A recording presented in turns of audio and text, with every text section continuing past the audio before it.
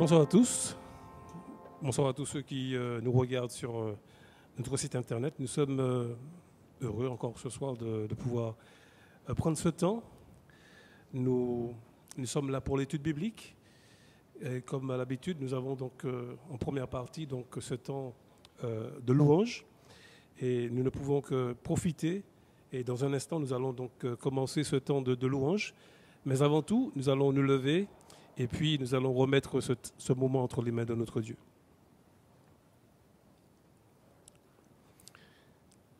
Nous te remercions, Seigneur, parce que tu restes le même. Ton amour ne change pas. Quelles que soient les circonstances, quels que soient les temps, tu restes ce Dieu qui ne change pas, tu ne varies pas moins de l'ombre d'un doute. Et nous ne pouvons que te remercier, Seigneur, parce que c'est vrai, nous pouvons totalement nous appuyer sur toi, nous appuyer sur cet amour qui nous tient et qui fait qu'aujourd'hui encore, nous sommes là pour te servir, pour te glorifier et t'élever. Merci pour ce temps que tu nous donnes. Sois glorifié. Nous t'avons prié et demandé toutes ces choses dans le nom de notre beau Sauveur Jésus. Amen. Voilà, asseyez-vous. Nous allons commencer avec ce chant, ce qui m'était cher.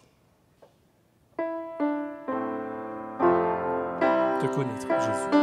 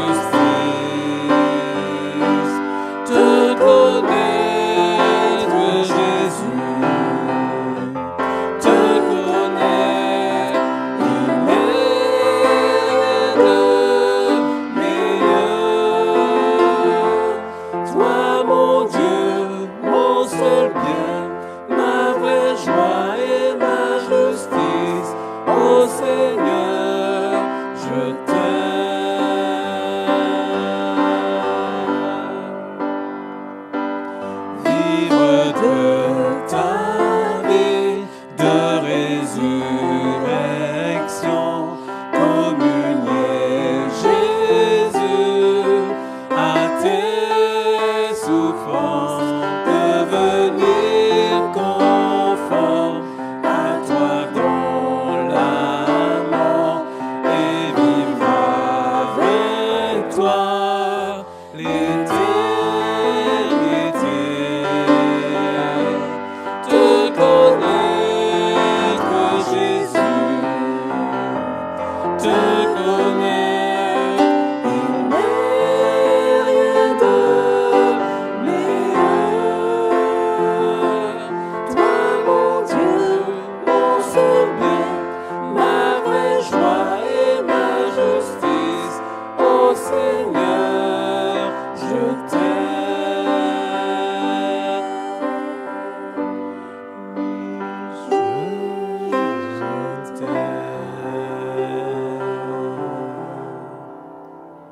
Ça, c'est une déclaration d'amour, ça, non?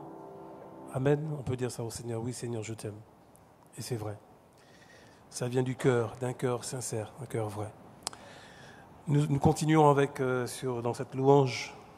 Oui, j'ai l'assurance de mon salut. Est-ce que c'est le cas? Est-ce que votre cas? Est-ce que vous avez l'assurance de votre salut? Eh bien, si c'est le cas, on va le chanter.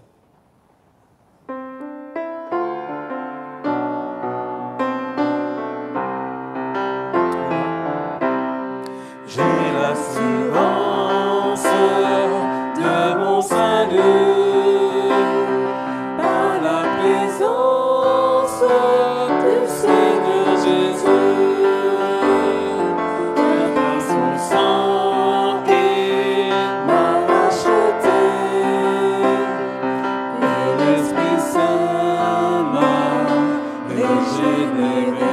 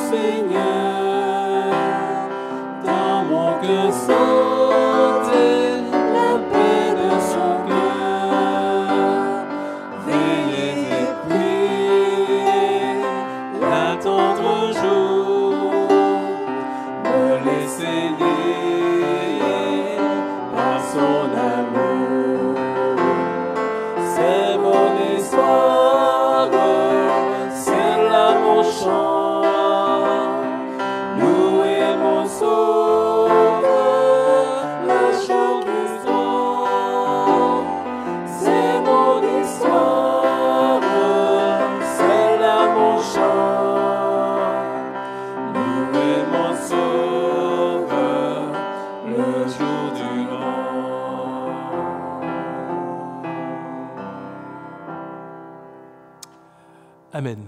Continuons toujours dans cette louange. Celui qui met en Jésus une pleine confiance.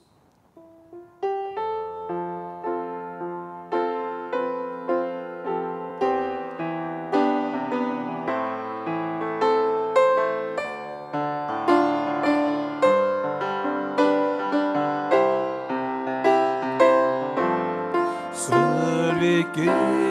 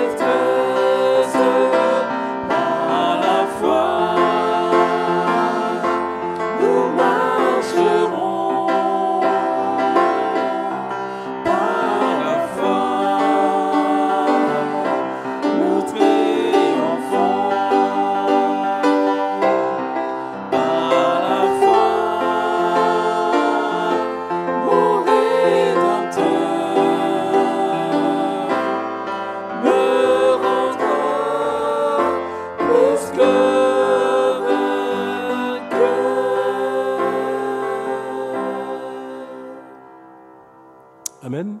Plus que vainqueur. Oui, mon Rédempteur me rendra plus que vainqueur. Nous terminons ce moment de louange avec ce dernier chant. J'ai confiance en mon Seigneur. Moi, je ne sais pas pour vous, mais moi, j'ai confiance.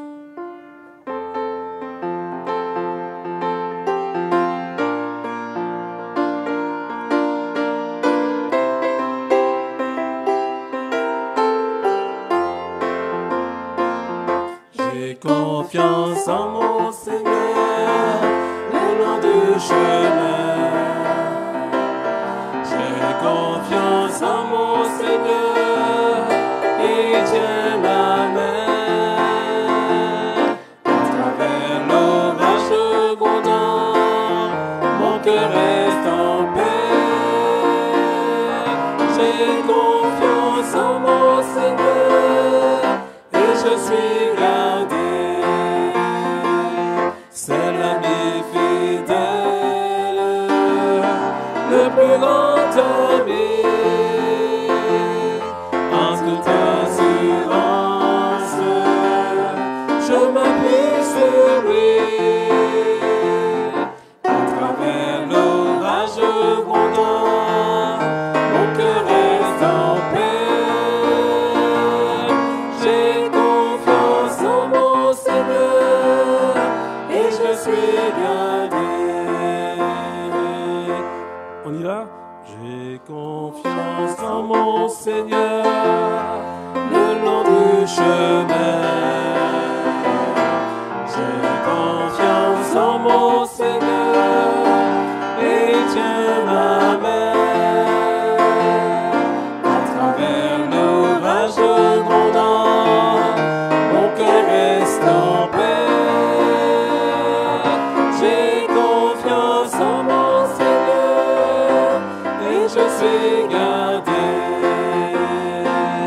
C'est l'ami fidèle, le plus grand ami. En toute assurance, je m'appuie sur lui. À travers l'orage grondant, mon cœur reste en paix. J'ai confiance en mon Seigneur, et je suis gardé. Amen. Amen. Est-ce que votre cœur est en paix? Amen. Alors nous allons justement continuer à rester dans la paix de Dieu. Cette fois-ci, nous allons méditer un peu sur cette parole qu'il nous a laissée. Donc que Dieu puisse au travers de cette parole que nous allons dans quelques instants étudier. Alors ce soir, nous allons continuer notre étude dans l'épître de Paul aux Galates. Nous abordons le chapitre 3. Chapitre 3. Et le titre de cette étude, la loi maudit, mais la foi fait vivre. La loi maudit, mais la foi fait vivre. Donc ce soir, nous allons parler bien sûr de la loi. Nous allons parler surtout de la foi. C'est vrai que dans ce chapitre, on pourrait, si l'on veut, traiter de plusieurs thématiques. Mais ce soir, nous allons nous limiter à deux choses, donc la loi et la foi. Parler de ces deux choses qui sont deux chemins, deux choses différentes, mais qui pour autant ont leur importance, la foi et la loi. Alors, nous allons donc faire la lecture de ce chapitre, Galates chapitre 3.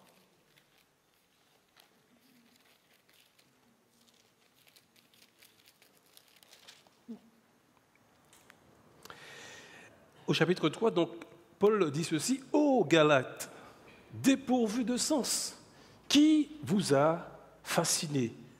Alors, dans d'autres versions, on a « qui vous a ensorcelé »,« qui vous a envoûté ». Le terme, c'est ébasténen, c'est un mot grec que nous allons voir tout à l'heure. Donc, qui vous a fasciné, vous, aux yeux de qui Jésus a été peint comme crucifié. Voici seulement ce que je veux apprendre de vous.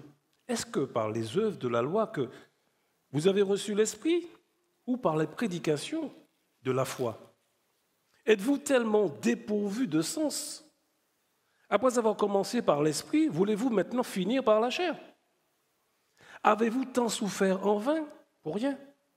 Si toutefois c'est en vain, celui qui vous accorde l'Esprit et qui opère des miracles parmi vous, le fait-il donc par les œuvres de la loi ou par la prédication de la foi?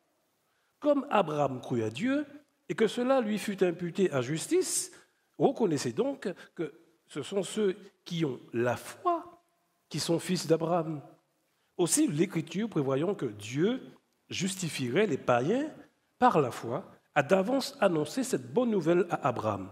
Toutes les nations seront bénies en toi, Abraham. De sorte que ceux qui croient sont bénis avec Abraham le croyant. Car tous ceux qui s'attachent aux œuvres de la loi sont sous la malédiction. Car il est écrit, maudit à quiconque n'observe pas tout ce qui est écrit dans le livre de la loi et ne le met pas en pratique. Et que nul ne soit justifié devant Dieu par la loi, car cela est évident, puisqu'il est dit, le juste vivra par la foi. Or, la loi ne procède pas du moins de la foi, mais elle dit, celui qui mettra ces choses en pratique vivra par elles. Christ nous a rachetés de la malédiction de la loi. Étant devenu malédiction pour nous, il est écrit « Maudit est quiconque est pendu au bois », afin que la bénédiction d'Abraham eût pour les païens son accomplissement en Jésus-Christ et que nous reçussions par la foi l'Esprit qui avait été promis.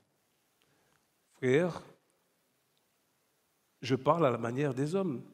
Une disposition, alors j'ai peut-être, verset 15, frères, je parle à la manière des hommes. Une disposition en bonne forme, bien faite par un homme, n'est annulée par personne. Il parle du testament, personne n'y ajoute quoi que ce soit. Et là, il est en train de parler du testament. Or, les promesses ont été faites à Abraham et à sa postérité. Il n'est pas dit aux postérités, comme s'il s'agissait de plusieurs, mais en tant qu'il s'agisse d'un seul. Et à ta prospérité, c'est-à-dire à Christ. Voici ce que j'entends. Une disposition que Dieu a confirmée antérieurement ne peut être annulée. Et ainsi, la promesse rendue vaine par la loi survenue 430 ans plus tard. Si l'héritage venait de la loi, il ne viendrait plus de la promesse. Or, c'est par la promesse que Dieu a faite à Abraham que se donne de sa grâce. Pourquoi donc la loi? Elle a été donnée ensuite à cause des transgressions, jusqu'à ce que vint la postérité à qui la promesse avait été faite. Elle a été promulguée par les anges, au moins d'un médiateur. Or, le médiateur n'est pas médiateur d'un seul, tandis que Dieu est un seul. La loi est-elle donc contre les promesses de Dieu? Loin de là. S'il lui est donné une loi qui pût procurer la vie, la justice viendrait réellement de la loi. Mais maintenant, l'Écriture a tout renfermé sous le péché, afin que ce qui avait été promis fût donné par la loi, par la foi en Jésus-Christ, à ceux qui croient. Avant que la foi vînt, nous étions enfermés sous la garde de la loi, en vue de la foi qui devait être révélée.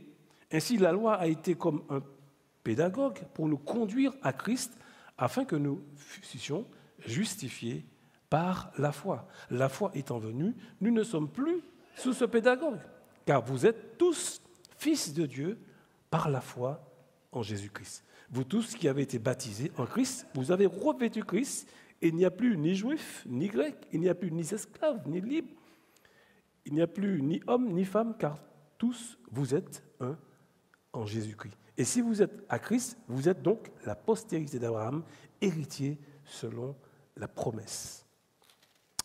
Bon, c'est vrai, une longue lecture, ce n'est pas habituel, mais je crois qu'il est très bon de lire la parole de Dieu, parce que la parole de Dieu restera toujours la parole de Dieu, et que c'est elle, finalement, qui doit prévaloir en tout. C'est elle qui doit toujours faire autorité dans notre vie, et c'est elle que nous devons écouter. Donc pour l'écouter, il faut la lire, il faut la méditer. Dans ces premiers chapitres, du moins ces premiers versets que nous venons de lire, l'apôtre Paul donc, commence une discussion, et Paul va faire appel, bien sûr, à l'expérience des Galates, des chrétiens de Galates. Dans les 5 premiers versets, Paul donc, fait appel à leur expérience. Il demande aux chrétiens que si leur conversion et l'expérience qu'ils ont faite de la grâce de Dieu et de la réception du Saint-Esprit résulte, est-ce que ça résulte de l'obéissance que vous avez eue à la loi de Moïse, ou bien si elle procède de la foi? À l'évidence, je pense que n'importe qui d'entre nous ici répondrait, bien sûr, de la foi. Mais visiblement, ce n'est pas ça que Paul constate. Et il constate que même que c'est une absurdité, une folie pour celui qui laisse Christ pour aller à Moïse, pour revenir à Moïse. Comment laisser l'évangile de la grâce, chers amis, pour revenir aux œuvres de la loi? Comment peut-on laisser la doctrine de la justification, de la foi, seule, qui donne la paix, qui donne l'assurance, pour revenir à la loi, qui ne peut que condamner, qui ne peut que nous culpabiliser, qui ne peut nous montrer que nous sommes des pécheurs condamnés et qu'il n'y a rien à faire pour nous? Puisque c'est ce que dit Paul, la loi a été donnée comme un pédagogue pour nous montrer que nous sommes des coupables. Nous sommes des coupables et que nous avons besoin de la grâce de Dieu. Parce que, selon Paul, personne finalement ne peut appliquer cette loi. La loi, elle peut nous rendre justes dans la mesure où Oui, la loi peut rendre juste dans la mesure où nous appliquons parfaitement la loi. Parce que c'est la loi de Dieu que n'importe qui pourrait prétendre l'accomplir, mais en réalité, personne ne peut l'accomplir. Or, une seule personne a pu l'accomplir, et nous savons c'est qui? C'est Christ. Alors, comment expliquer ce revirement de situation? Est-ce que les chrétiens de Galates, est-ce qu'ils avaient bien compris qu'est-ce que la justification par la foi? Est-ce qu'ils avaient bien compris la notion de la justification seule par la foi? L'apôtre Paul, donc, dans ce texte, et je vais profiter de faire une petite parenthèse pour ce chapitre, l'apôtre Paul donc, va dire qu'aux Galates, c'est ce qu'il dit, dépourvu de sens, qui vous a...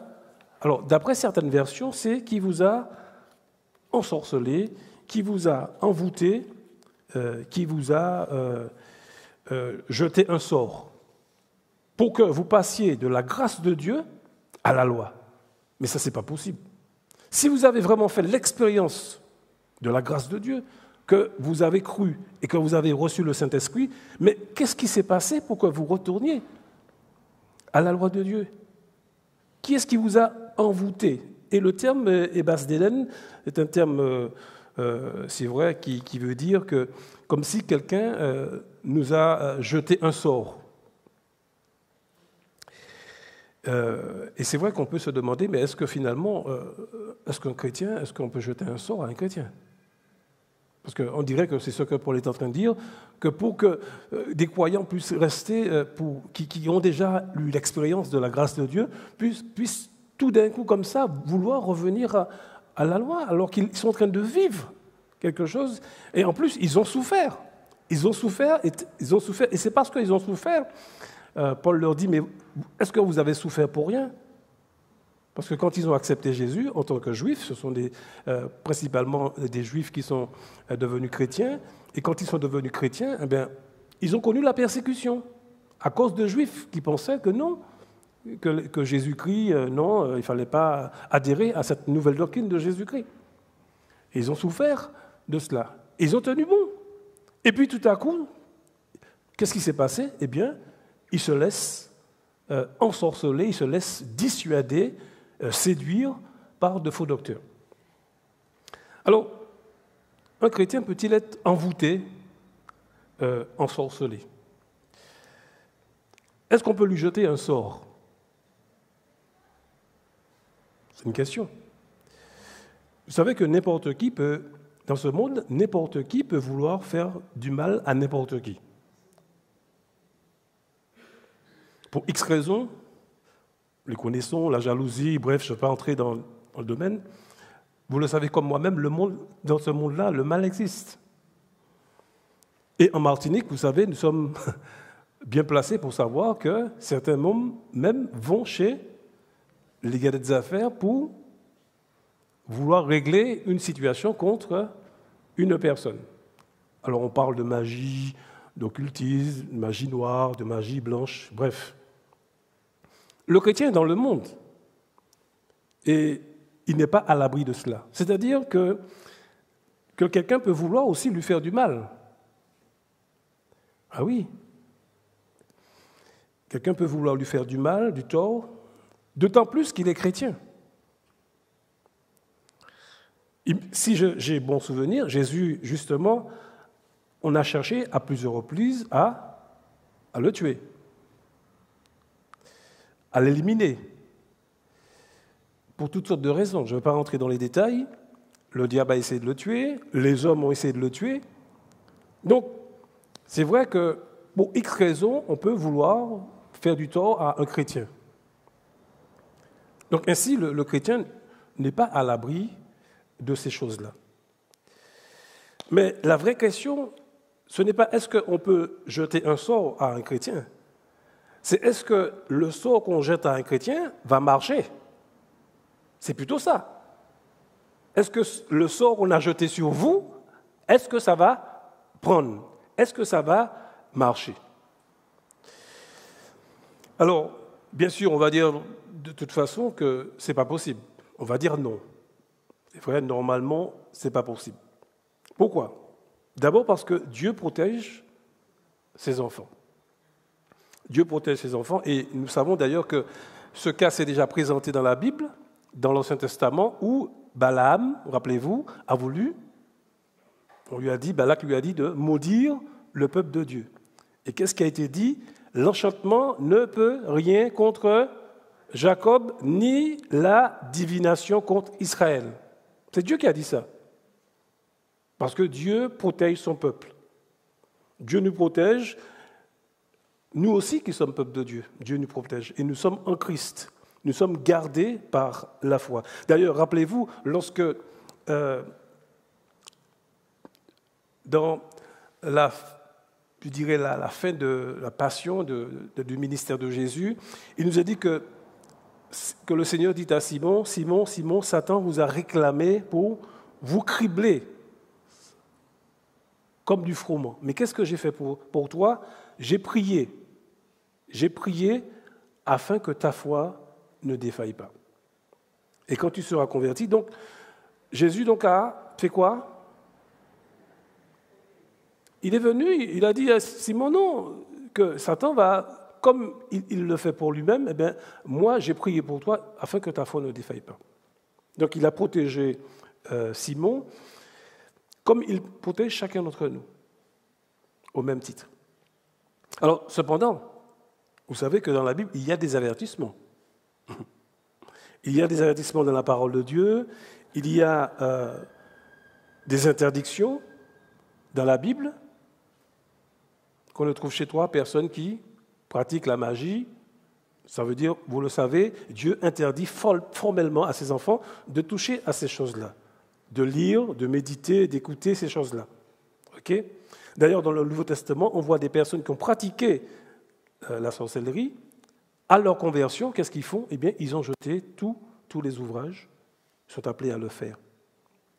Parce que lorsqu'on se convertit à Dieu, eh bien, on change de vie, on abandonne ces choses-là. Maintenant, qu'arrivera-t-il si un chrétien, quand bien même que Dieu ait donné ces avertissements-là, touche quand même à ces choses-là? Ah ben oui, parce que oui, tous les croyants sont obéissants, n'est-ce pas? Tous les croyants se soumettent à Dieu, n'est-ce pas? Malheureusement, parfois, certains croyants sont très curieux, je dirais même qu'ils sont très culottés, et parfois, je dirais qu'ils sont même parfois désobéissants. Et donc, quand on désobéit, qu'est-ce qui se passe? Ah ben oui, quand on obéit, tout va bien, Dieu nous protège, mais quand nous désobéissons à l'ordre que Dieu nous a donné de ne pas toucher à ces choses-là, et que nous voulons quand même voir, qu'est-ce qui se passe? Si nous désobéissons, nous prenons le risque de nous exposer à ces choses-là. Dieu te dit de ne pas mettre ta main dans le feu, et tu mets ta main dans le feu. Le feu va te brûler. Ah ben oui. Si nous n'acceptons pas de nous soumettre à Dieu, nous nous mettons sous l'influence de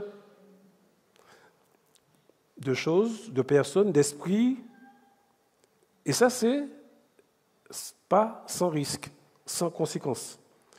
L'oppression satanique existe. Les démons existent.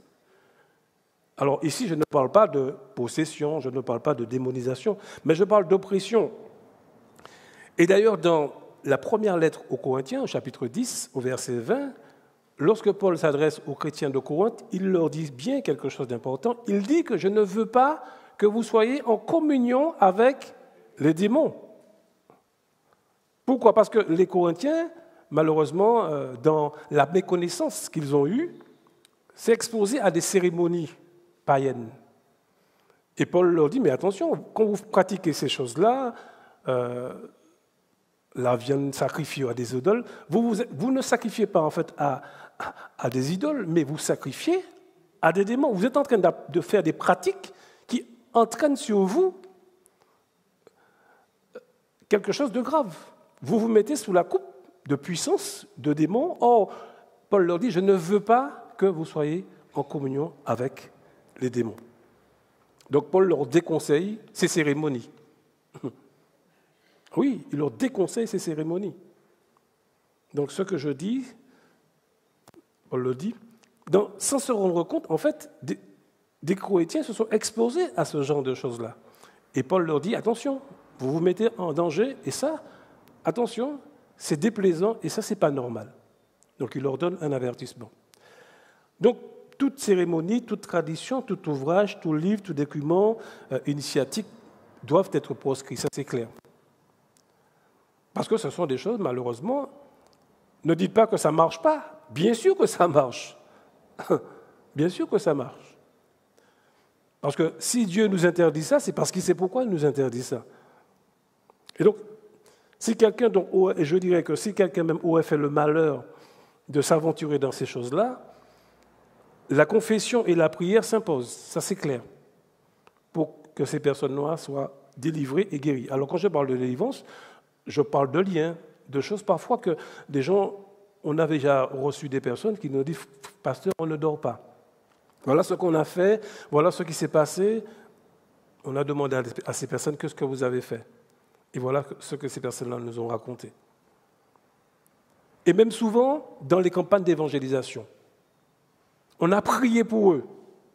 Des gens sans scrupules, soi-disant des gens qui guérissent, des guérisseurs, qui ont le pouvoir.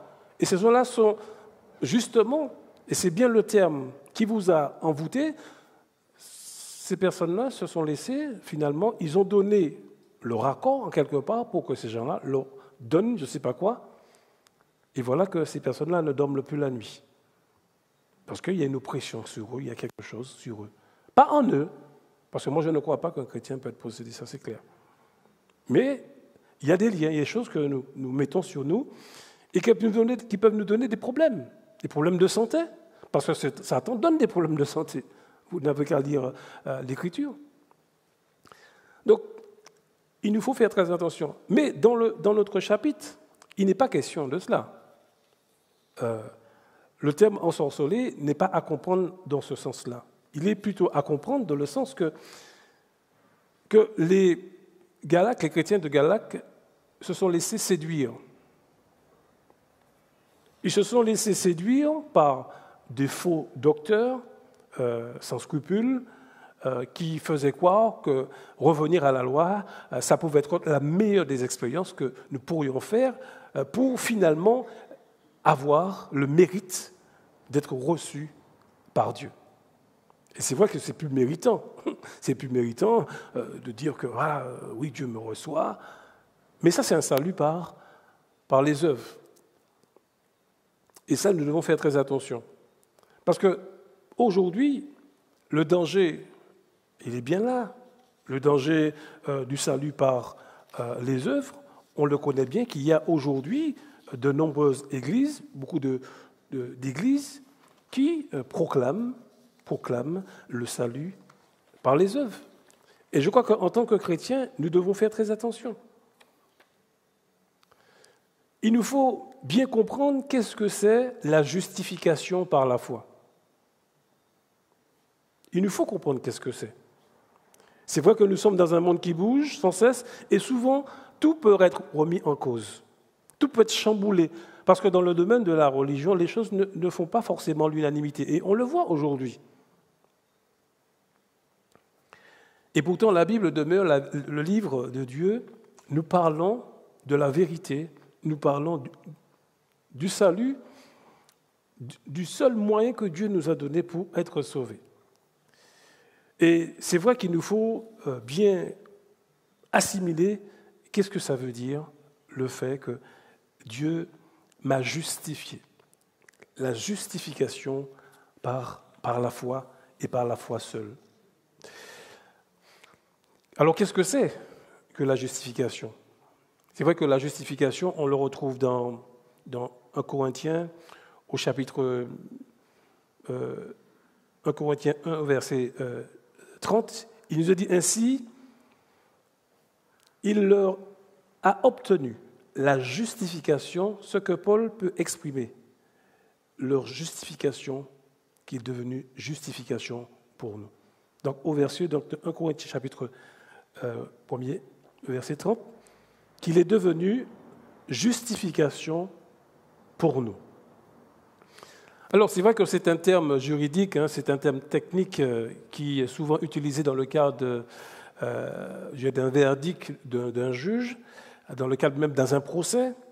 Et c'est surtout le fait de déclarer innocent un accusé. C'est-à-dire que la justification, c'est l'acte de Dieu par lequel il va pardonner les péchés des croyants en finalement considérant le pécheur comme juste, et ça gratuitement sur la base de sa grâce, au moyen de la foi bien sûr, et non à cause d'œuvres que nous aurions faites, mais à cause simplement de la rédemption que nous avons obtenue en Jésus, et en Jésus seul. Jésus, en fait, est mort à notre place, à la place du croyant. Il est devenu notre représentant. Il est devenu celui qui nous défend. Notre avocat nous dit, il a pris notre place, il a pris, et c'est ce que Paul est en train de dire, qu'il a pris notre malédiction, il a été frappé sur la croix, sur le bois, parce que quiconque est sur le bois est maudit, et c'est ce que Jésus a été, il a été maudit à cause, non pas de ses fautes, mais à cause de nos fautes. Et Dieu ainsi a exécuté la condamnation qu'encourait donc notre péché, il l'a fait par Jésus. Donc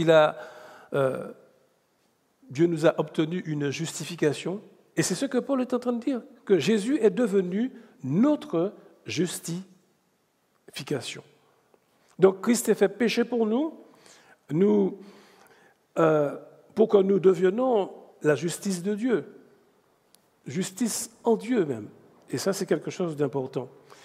Donc la justification est là pour nous rappeler que Dieu va simplement, par Christ, nous ôter, et c'est un petit peu ce que Paul va dire dans Colossiens chapitre 2, qu'il a effacé l'acte qui nous condamnait et qui subsistait contre nous. Dieu a effacé cet acte-là. Et cet acte-là, c'était quoi? C'était la loi. La loi dit que quand tu pêches, tu meurs. Et nous étions censés mourir, c'est vrai. Mais Dieu a dit non. Jésus a dit non. Ils ne vont pas mourir, je vais mourir à leur place. Je vais leur accorder ma grâce, dit Dieu. Donc Christ s'est substitué à nous, il a pris notre place, et en se substituant au coupable, donc les exigences de la justice de Dieu ont été satisfaites. Donc ce qui veut dire qu'aux yeux de Dieu, le chrétien est totalement pardonné. Il est totalement pardonné, il est acquitté pour ses péchés, sa peine est enlevée et a disparu. C'est pourquoi que Paul dit qu'il n'y a plus de condamnation. Il n'y a pas de condamnation, aucune condamnation. La page est blanche. Dieu a enlevé cela. Donc, le croyant, il ne vit pas en liberté conditionnelle. Nous ne vivons pas en liberté conditionnelle ou qu'il faudrait faire quelque chose encore pour mériter le salut. Pas du tout. Il n'y a rien à payer. Tout a été payé et tous nos crimes ont été effacés devant Dieu. Et ça, c'est important, parce que la justification, finalement, c'est un don que Dieu nous offre. Un don, d'ailleurs, c'est ce qui est dit. Un cadeau, sans que nous ayons à payer quoi que ce soit en retour, à faire quelque chose en retour. Parce que finalement, le prix que Dieu a exigé, c'est un prix qui était tellement trop élevé que nous ne pourrions pas, aucun être humain, aucun individu ne serait capable de rendre à Dieu, de satisfaire cette justice-là, pas du tout. Il n'y a rien, en fait, que nous puissions faire pour rendre à Dieu, en quelque part, la monnaie de sa pièce. Rien. Vous savez, l'idée d'être juste par des œuvres, malheureusement, s'est infiltrée dans beaucoup d'églises, aujourd'hui, dans ce monde. Comme nous le voyons dans l'église du 1er siècle, cette idée qu'il faut revenir pour, en quelque part, que Dieu nous trouve suffisamment... non. Et Paul va tout de suite tirer les sonnettes d'alarme pour rappeler aux chrétiens de Galate, non, c'est le danger, il faut faire attention. Parce que ce qui se passait, c'est que les chrétiens étaient en train de s'éloigner de la bonne compréhension de la foi. Les chrétiens étaient troublés par les judaïsants qui insistaient notamment sur l'obéissance de la loi pour mériter le salut. Et il faut dire que sans aucun doute, il y avait des juifs convertis qui avaient une méconnaissance complète de l'enseignement biblique, de la loi et de la grâce. Et certains considéraient qu'ils devaient justement rester encore assujettis à la loi, au cérémoniel qu'il fallait suivre, comme la circoncision, le sabbat, et puis les prescriptions alimentaires. Tout ceci, ils devaient le faire pour obtenir le salut. Et nous savons très bien que Paul est en train d'écrire aux chrétiens pour leur dire que mais vous êtes en train de vous mettre de revenir sous un esclavage. Que toutes ces restrictions vous empêchent de jouir d'une liberté totale, parce que vous n'avez pas besoin de cela. Oui, l'Évangile est libérateur. Donc l'apôtre dit aux chrétiens que la vérité nous a franchis. Et la vérité, effectivement, nous a franchis. Nous sommes des êtres libres en Christ, et notre liberté consiste à faire non pas ce que nous voulons, mais ce que Dieu nous demande. Si nous faisons ce que Dieu nous dit, nous sommes libres. Mais si nous écoutons autre chose que ce que Dieu nous dit, nous risquons de nous enfermer à nouveau dans un esclavage. Et notamment dans l'esclavage de la loi, alors que le croyant n'est plus sous l'oppression de la loi, sous l'exigence de la loi. La loi a bien sûr son utilité, et c'est vrai. Et c'est important. Je crois qu'aujourd'hui, notre manière d'obéir à Dieu doit être toujours conforme à la nouveauté de l'esprit. Nouveauté de l'esprit, et non pas selon la lettre ancienne, mais selon l'esprit. Et c'est ce que Paul rappelle rappelez-vous, dans 1 Corinthiens chapitre 3, et on peut le lire, 1 Corinthiens chapitre 3, au verset 16.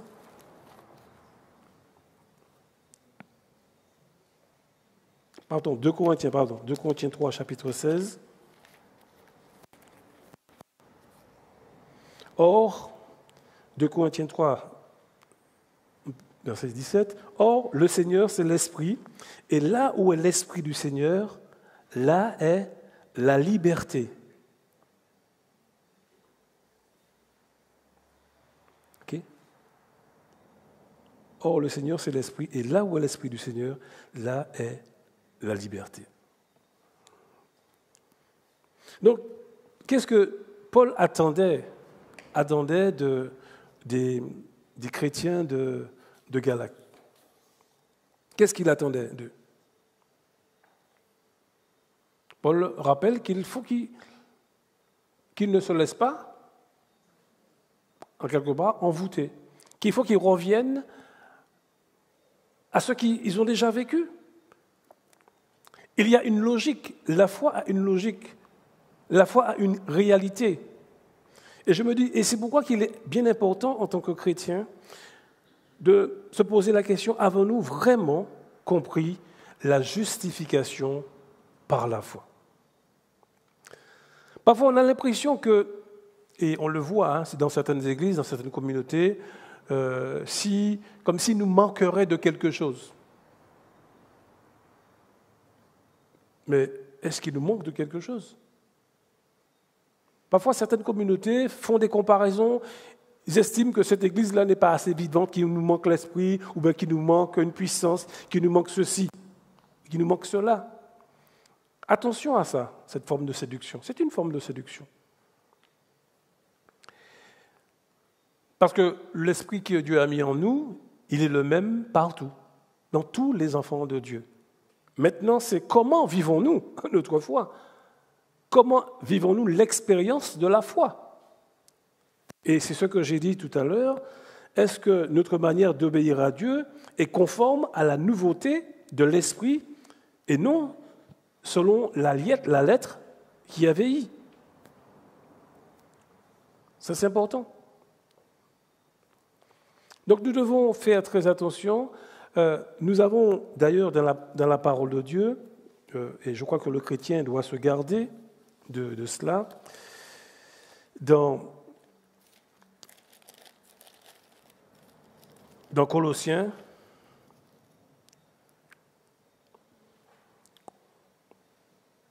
on peut lire ce que Paul dit. Paul nous met en garde dans Colossiens chapitre 2.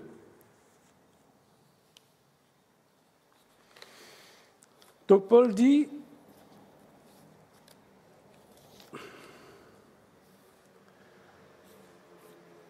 au verset 8, « Prenez garde que personne ne fasse de vous sa proie par la philosophie ou par une vaine tromperie, s'appuyant sur la tradition des hommes, sur les rudiments du monde et non sur Christ. Car l'explication, c'est que en lui habite corporellement toute la plénitude de la divinité. Et le verset 10, c'est le verset qui nous intéresse. Vous avez tout pleinement en lui qui est le chef de toute domination et de toute autorité. Ça veut dire qu'en lui, nous sommes complets. Il nous manque. Qu'est-ce qui nous manque? Qu'est-ce qui nous manque? Il nous manque de rien. Et en tant que chrétiens, puisque nous avons tout reçu de Dieu, eh bien, nous avons simplement qu'à vivre en comptant sur quoi? Eh bien, sur les promesses que Dieu nous a laissées dans sa parole. Et nous savons que la Bible nous donne beaucoup de promesses dans lesquelles il nous faut rentrer et qu'il nous faut vivre par la foi. Donc, en tant que chrétiens, nous devons nous garder, nous devons faire attention. Et nous devons surtout nous appuyer sur l'enseignement que Dieu nous a laissé. Attention aux influences autour de nous, aux expériences autour de nous, que tu as Dieu dans ta vie, mais il te manque de quelque chose, tu n'as pas encore fait l'expérience de... Quelle expérience que vous faire? Qu'est-ce qui vous manque? Il vous manque de rien. Maintenant, vivez votre foi. Et chaque personne vit sa foi.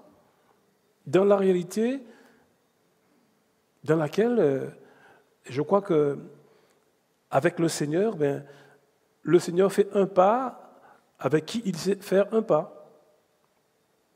L'apôtre Paul, d'ailleurs, lorsqu'il écrit, il dit qu'il parle des forts, il parle des faibles.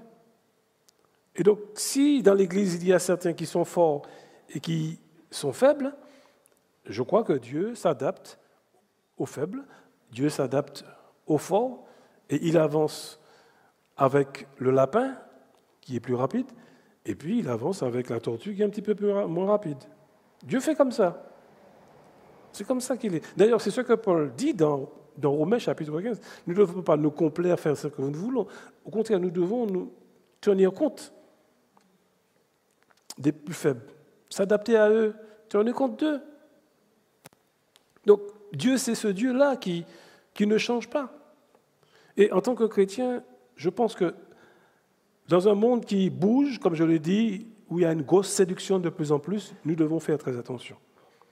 L'Évangile nous a été donné, et n'oublions pas que c'est toujours l'Évangile qui doit toujours passer au crible tout ce que l'on nous dit autour de nous. Que dit la parole de Dieu sur ces choses-là? Est-ce que la parole de Dieu est d'accord avec ça? Et donc, par conséquent, si elle est d'accord, oui. Si elle n'est pas d'accord, non. Parce qu'elle reste la norme pour chacun d'entre nous. Vous avez tout pleinement en Christ. Tout vous a été donné, il ne vous manque de rien. C'est-à-dire, en lui, vous êtes complet.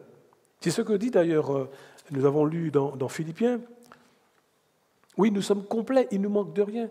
Et notre liberté se trouve non pas dans une église, non pas dans un mouvement religieux, non pas dans un chef spirituel qui recevrait de Dieu des directives. Non, notre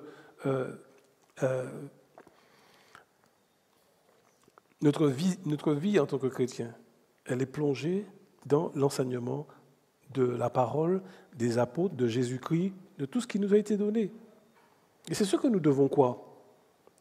Donc faisons attention de mettre parfois en avant les traditions, les expériences et tout, au déprimant de la parole de Dieu.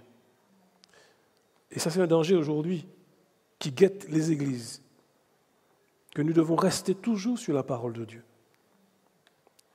Ta parole, dit la Bible, est la vérité. Donc, il nous appartient en tant que chrétiens de veiller à cela.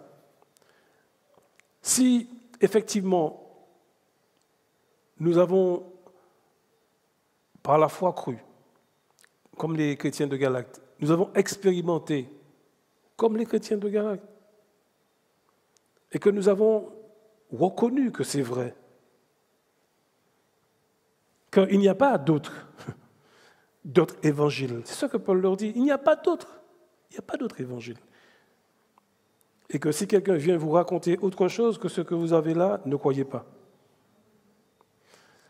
Mais vous voyez l'importance aujourd'hui qu'en tant que chrétien, et c'est ce que malheureusement les chrétiens de Galates n'avaient pas, il y avait une méconnaissance de l'enseignement biblique. Et je me dis, mais combien de temps passons-nous véritablement dans la parole de Dieu? Je constate qu'on reçoit beaucoup de versets, de méditation, enfin de méditation, c'est même pas, il me semble que ce sont souvent des petites réflexions. Mais nous ne prenons pas le temps assez souvent de rentrer même dans le cœur de la parole de Dieu, de ce que en fait Dieu disait à Josué, que tu le médites jour et nuit. Et la méditation de la parole de Dieu, pour moi, est de rigueur. Méditer la parole de Dieu, ce n'est pas simplement la lire, c'est vraiment comme le cheval qui rumine, le bœuf qui mange de l'herbe et qui rumine jusqu'à ce que vraiment ça passe et qu'on comprenne finalement que c'est ça. C'est là qu'on mûrit, nos convictions mûrissent. Alors c'est vrai que l'Église participe à tout ça, mais en dernier recours, c'est toujours la parole de Dieu. Que dit la parole de Dieu? Nous devons toujours, n'est-ce pas, nous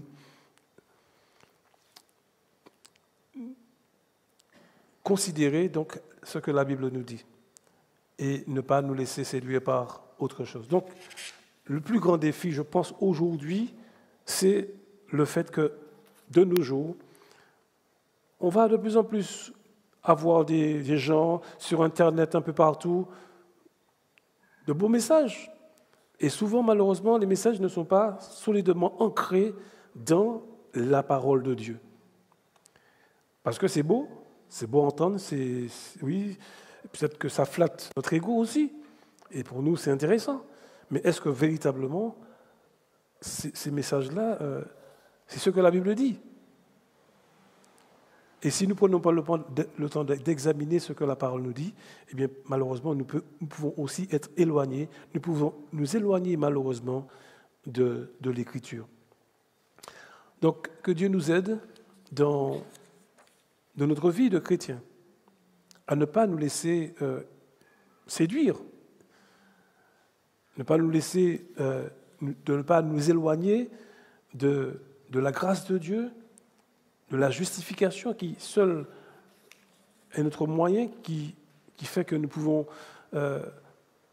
ni par aucun moyen, autre chose, être reçus par Dieu. Et ça, c'est important qu'en tant que chrétien, je comprenne cela. Donc que Dieu m'aide, que Dieu bénisse son Église. Nous allons nous lever et terminer par la prière. Oui Seigneur, nous te remercions parce que ta parole est la vérité, c'est celle que tu nous as laissée et que nous devons sonder, que nous devons méditer jour après jour. Nous prions pour que tu nous aides à bien comprendre qu'est-ce que cette grâce, cette justification, que nous la comprenions bien et qu'elle nous aide à vivre dans ta liberté, que nous ne puissions pas être troublés par des gens, par des personnes, remettant en cause ton œuvre, remettant en cause ton sacrifice. Au contraire, donne-nous de pouvoir mieux expliquer à ceux qui sont dans l'erreur, qui sont éloignés de toi, qu'est-ce que vraiment ce que tu as fait, qu'est-ce que ton œuvre de grâce, et combien il est important, Seigneur, de la connaître. Merci, Seigneur, parce que tu nous aimes, tu ne veux pas que nous puissions nous éloigner de toi, et c'est pourquoi tu nous as laissé ta parole, et que nous puissions toujours, Seigneur, la serrer dans notre cœur, afin de mieux te connaître, afin de t'aimer, et de ne pas nous éloigner de toi. Fais du bien à chacun d'entre nous ici, qui avons entendu cette parole, et qu'elle nous rapproche chaque jour de toi, de ton retour. Béni sois-tu, et que toute la gloire te revienne. Dans le nom de Jésus, nous t'avons prié. Amen. Voilà, que Dieu vous bénisse et qu'il vous raccompagne à bon port. Amen.